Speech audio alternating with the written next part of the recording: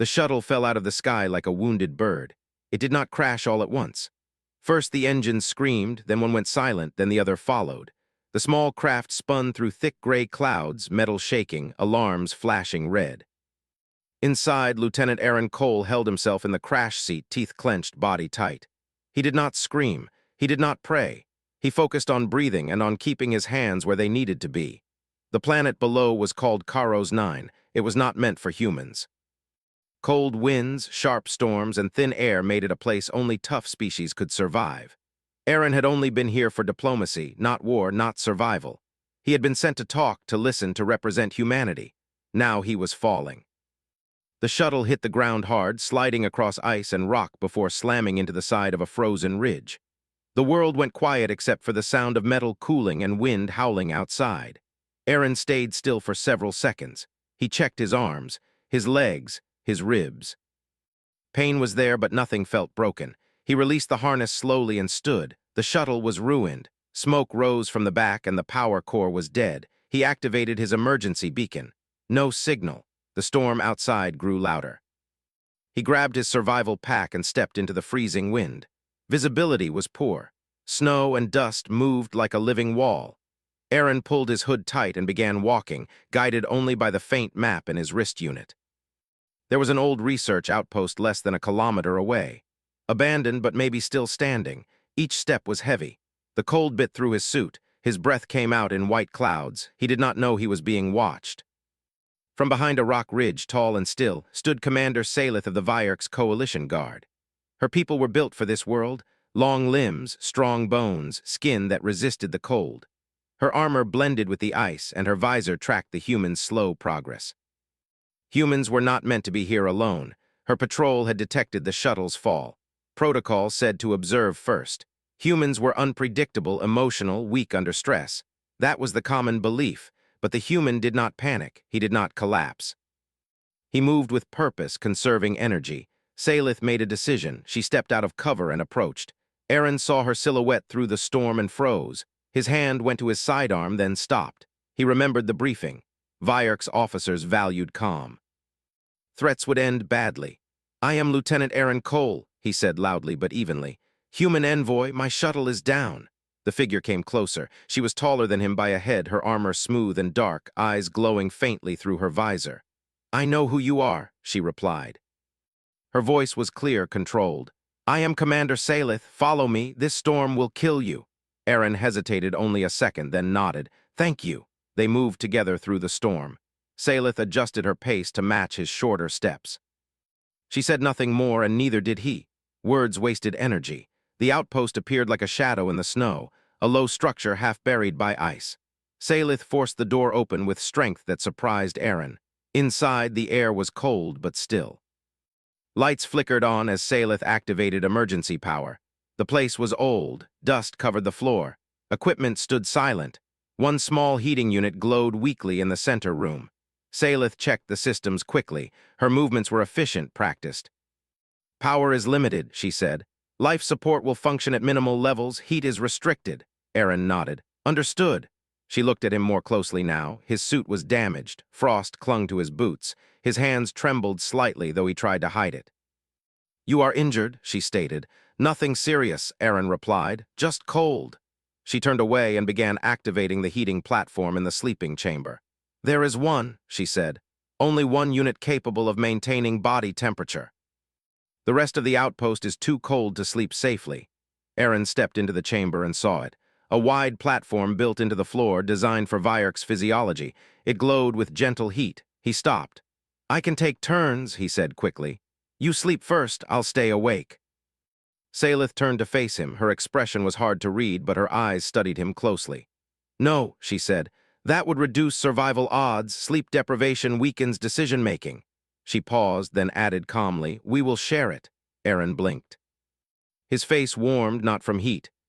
He stopped himself. He took a breath. "If that's acceptable in your culture." She tilted her head slightly. "It is efficient."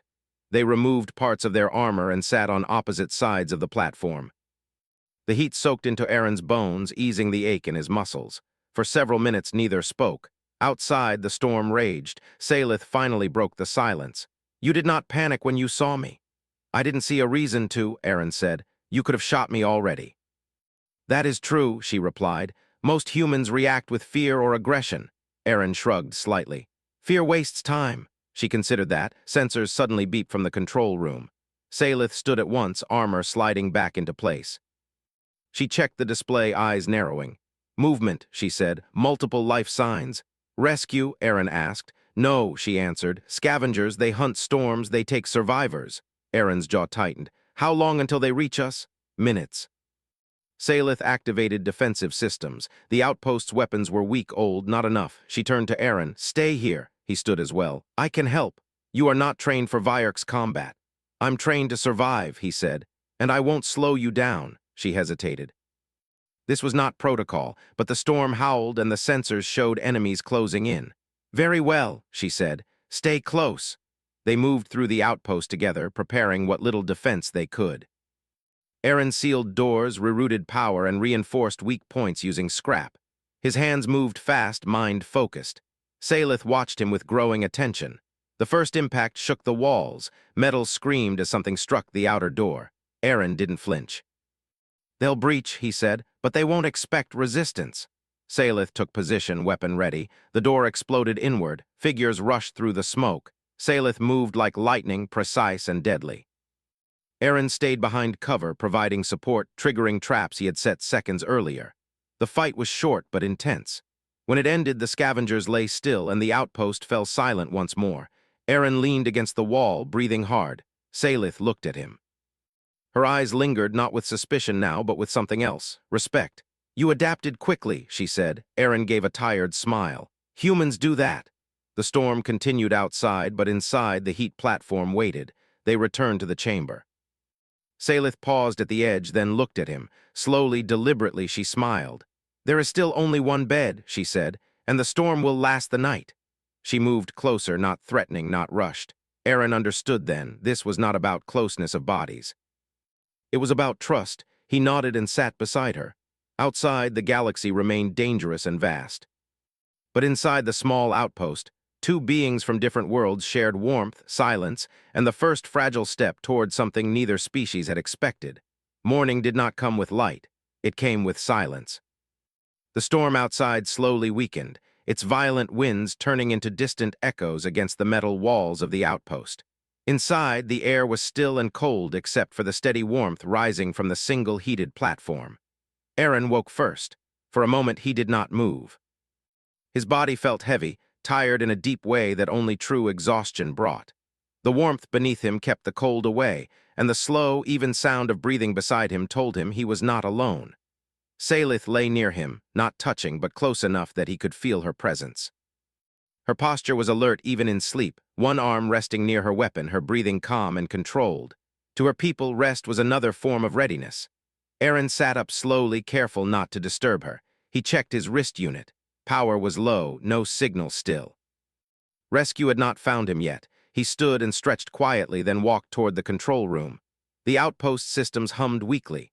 External sensors showed no movement nearby. The scavengers were gone, either dead or driven off by the storm. Aaron began checking damage. He sealed cracks, rerouted energy again, and tried to strengthen the emergency beacon. His fingers were numb, but his movements were steady. He had learned long ago that panic never fixed anything. Behind him, Salith watched. She had woken moments after him, but remained still, observing. Vierk's training taught awareness above all else. She noted his careful steps, the way he worked without complaint, without drama. Humans were supposed to be loud, emotional, unstable. This one was not. You could have rested longer, she said. Aaron turned, surprised but not alarmed.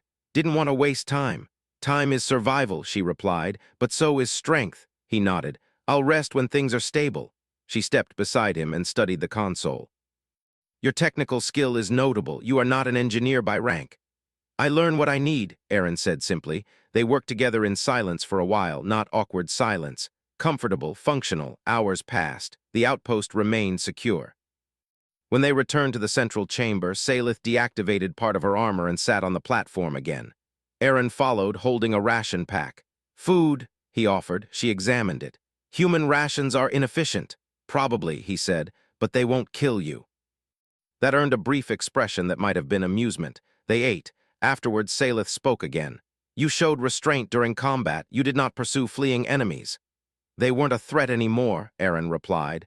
No reason to waste energy or lives. She looked at him carefully. Most species would finish them to prevent return. Humans used to think that way, he said. Some still do, but we learned that endless violence creates endless enemies. Salith processed this. That belief makes you dangerous in an unexpected way, he smiled faintly. We surprise people. The sensors beeped again. This time the signal was different, organized, strong. Salith moved to the display. Vierk's patrol signatures. Good news, Aaron asked. She hesitated. Not entirely. A secure channel opened. A sharp voice filled the room. Commander Salith, report. This is Salith, she replied evenly. I am sheltering with the human envoy. We survived scavenger contact. There was a pause. Your deviation from protocol is noted, the voice said. You are ordered to secure the human for evaluation. His survival suggests abnormal behavior. Aaron felt the shift immediately. He did not reach for his weapon. He simply waited. Salith's jaw tightened slightly. Negative, the human acted within expected survival parameters. Human behavior is not our concern, the voice replied. Bring him in. Salith looked at Aaron. He met her gaze calmly. If I'm a problem, I'll go quietly. That made her pause. You would submit, she asked. If it prevents conflict, he said. Yes, the voice on the channel continued. Commander, confirm compliance. Salith did not answer immediately. She looked at Aaron, then at the outpost, the broken door, the sealed walls, the evidence of teamwork. This human is under my protection, she said finally. Silence followed. Then sharp and cold, you overstep your authority. I act to preserve stability, she replied. Detaining him will provoke diplomatic consequences. You assume too much. Humans are not weak, Salith said. They adapt, they remember. Another pause, then the channel closed without confirmation. Aaron exhaled slowly. That could have gone better. It could have gone worse, Salith said. Minutes later, the patrol arrived. Vierk's soldiers entered the outpost in formation. Their leader, Captain Dreven, was taller than Salith, his presence heavy with authority. His eyes locked onto Aaron. So, Dreven said, this is the human. Aaron stood straight. He did not bow, he did not challenge. Salith stepped slightly in front of him. He is my responsibility, she said. Dreven's gaze hardened. You are compromised. No, she replied. I am informed. Dreven circled Aaron slowly. You should not have survived this planet alone. I didn't, Aaron said. She helped. That made Dreven stop. You admit reliance? Yes, Aaron answered, and she relied on me too. The room grew tense. Dreven turned back to Salith. Command wants him evaluated. Salith said nothing. Aaron stepped forward slightly. Captain, if your people want to understand humans, taking me by force won't help. I came here to talk, not fight. Dreven studied him. You are calm for a captive. I'm not your enemy, Aaron said, and I don't plan to become one. Salith watched Dreven closely. I recommend escorting him to the central station as a guest, not a detainee. Dreven considered this. Other soldiers shifted uneasily. None wanted a diplomatic incident. Finally, Dreven nodded once. We will observe closely. The tension eased slightly. As they prepared to leave, Aaron gathered his things. Salith secured her armor. At the exit, she stopped him. You chose submission over resistance, she said quietly. Why? Because strength isn't always about fighting, Aaron replied. Sometimes it's about trust. She looked at him for a long moment. You risked much for a stranger, she said. So did you, he answered. They walked out together. The storm had ended. The sky was clear and cold, the horizon sharp and endless. Vierk's ships hovered above, powerful and silent. As Aaron boarded the transport, Salith followed. The soldiers watched them closely, uncertain. Neither human nor alien spoke, but something had changed, not just between them, but in how the galaxy would begin to see humanity, not as fragile visitors, but as steady, thinking survivors who did not need dominance to prove strength. And this story was only halfway done. The Vierk's transport moved silently above the frozen landscape of Karos 9. Inside, the cabin was stark, cold, and quiet. Aaron Cole sat beside the window, watching the planet shrink below him. Ice plains stretched into the horizon, jagged mountains cutting the pale sky. He had survived the storm, the scavengers, and even the distrust of an alien military, but the mission was far from over. Salith sat across from him. Her posture was rigid but not tense. She watched him more than the outside, observing the subtle movements of a human who had faced impossible odds and emerged steady. Her people had believed humans were weak, erratic, and emotional. Aaron had proven that belief wrong. The cabin doors hissed as a soldier approached. "Commander Salith," the voice said, "we are approaching the central station. Command requests an immediate report." Salith stood, motioning Aaron to remain seated. "Understood," she said. She activated her console, transmitting a summary of events: the crash, the storm, the scavenger attack, and the humans' actions. Aaron watched her hands move across the interface. There was precision, discipline, and an efficiency he admired. He realized that even in alien military systems, leadership could be human-like in its clarity and focus. When she finished, she turned to him. "You were calm during combat, strategic. You did not panic when my species relies on fear to control situations." Aaron shook his head. "I panicked quietly, but panicking out loud only makes things worse." She gave a small nod. "Observation, humans think differently, adapt differently. I underestimated this." The transport shook slightly as it entered the station's landing bay. Bright floodlights illuminated the metal surface. Vyark's soldiers moved efficiently, securing the area before the transport touched down. Aaron stepped off the transport carefully. His boots echoed in the vast hall. Salith followed, her steps quieter, controlled, her armor catching the light in sharp angles. The central station was imposing, a fortress of steel and advanced technology. Humans had nothing like it, not even close. A group of high-ranking Vyark's officials waited near the main chamber. Their eyes scanned Aaron and Salith. Judgment, suspicion, and curiosity mixed in their expressions.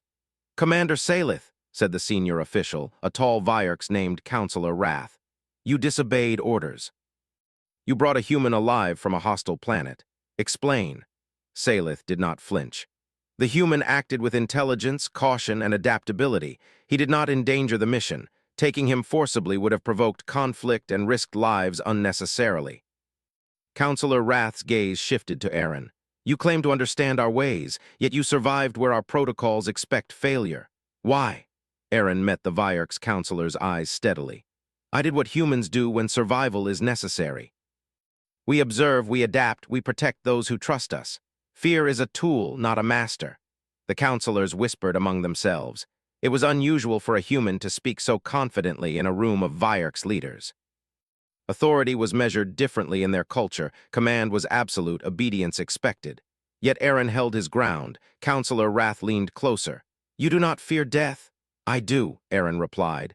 "But I do not let fear control my choices. Only reason and trust guide me." There was silence. Salith noticed it first. Even the stoic counselors seemed to consider that humans might possess qualities unexpected by their science. Strength not in muscle, but in mind. Courage not in dominance, but in restraint. Finally, Wrath spoke. "Your presence here is unprecedented. Commander Salith, your report is noted. You have demonstrated that human behavior, while unpredictable, can also be an asset." Aaron gave a slight bow of acknowledgement. It was a gesture of respect, not submission. Salith, standing beside him, allowed herself a faint smile. The counselors left to deliberate.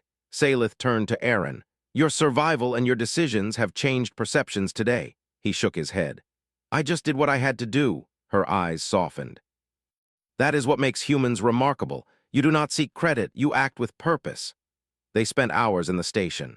Scientists and military officers examined Aaron cautiously. Every action he took, every suggestion he made seemed to impress more than intimidate. He repaired alien devices with his tools, solved mechanical problems, and offered insights about the scavenger attacks. Each time his reasoning was clear, calm, and efficient. Even Salith was surprised at his resilience. She had trained soldiers, led patrols, faced threats across her species' territories. Yet humans approached challenges differently, without assumptions, without ego. Just logic, determination, and adaptability. By the evening, the council reconvened. Counselor Wrath spoke again. "Human Aaron Cole has demonstrated qualities that surpass initial assessments. His ability to survive, to make decisions under pressure, to protect others while maintaining calm. This is unusual. Commander Salith, your judgment in protecting him is justified." Aaron exhaled. Relief, yes, but also something deeper. A recognition that humanity had earned a quiet respect here. Not through conquest, not through violence, but through intellect, courage, and the willingness to stand firm when tested. Counselor Wrath continued. From this day, humanity is no longer a species to be underestimated. You have proven that intelligence, trust, and strategy are as valuable as strength and weaponry. Aaron Cole, your actions today will be recorded as exemplary. Aaron allowed himself a small smile. Thank you. Salith stepped closer. Her presence was calm, authoritative. You understood why I moved closer that night on Karos 9? He considered the memory of the cold, the heat platform, the quiet storm outside. Her smile then had been subtle, precise, not flirtation, not weakness, but a signal of trust. She had chosen to share warmth, share vigilance, and protect life. I think so, he said. It was about trust. Yes, she said. Trust is the strongest armor one can wear. You wore it well, Aaron Cole. The counselors concluded their session and left the chamber. Salith motioned toward a quiet observation deck overlooking the station's hangars. Aaron followed. They stood together, looking at the stars, distant planets, and the faint glow of Karos 9 below. The galaxy was vast and dangerous, but for the first time, Aaron felt a real connection to it. Humans were far from dominant here.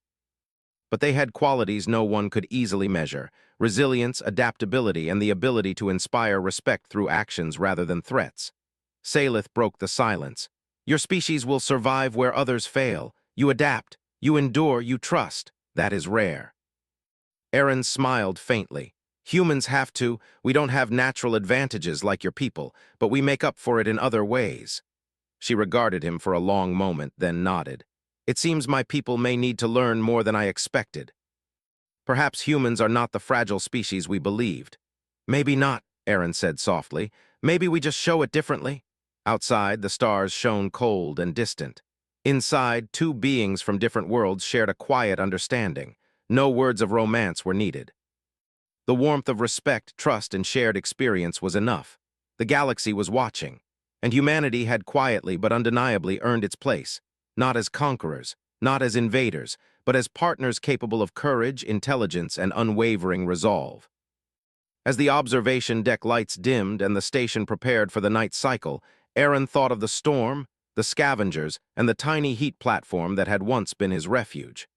Life had tested him in ways he never expected, and he had stood firm. Salith placed a hand lightly on the console beside him, a gesture of acknowledgement. You were worthy of trust, she said simply, and that is why you survived. Aaron nodded, understanding fully. And that is why humanity can thrive anywhere. The stars outside seemed brighter now, as if acknowledging that one human, guided by purpose, had quietly changed the perception of an entire species.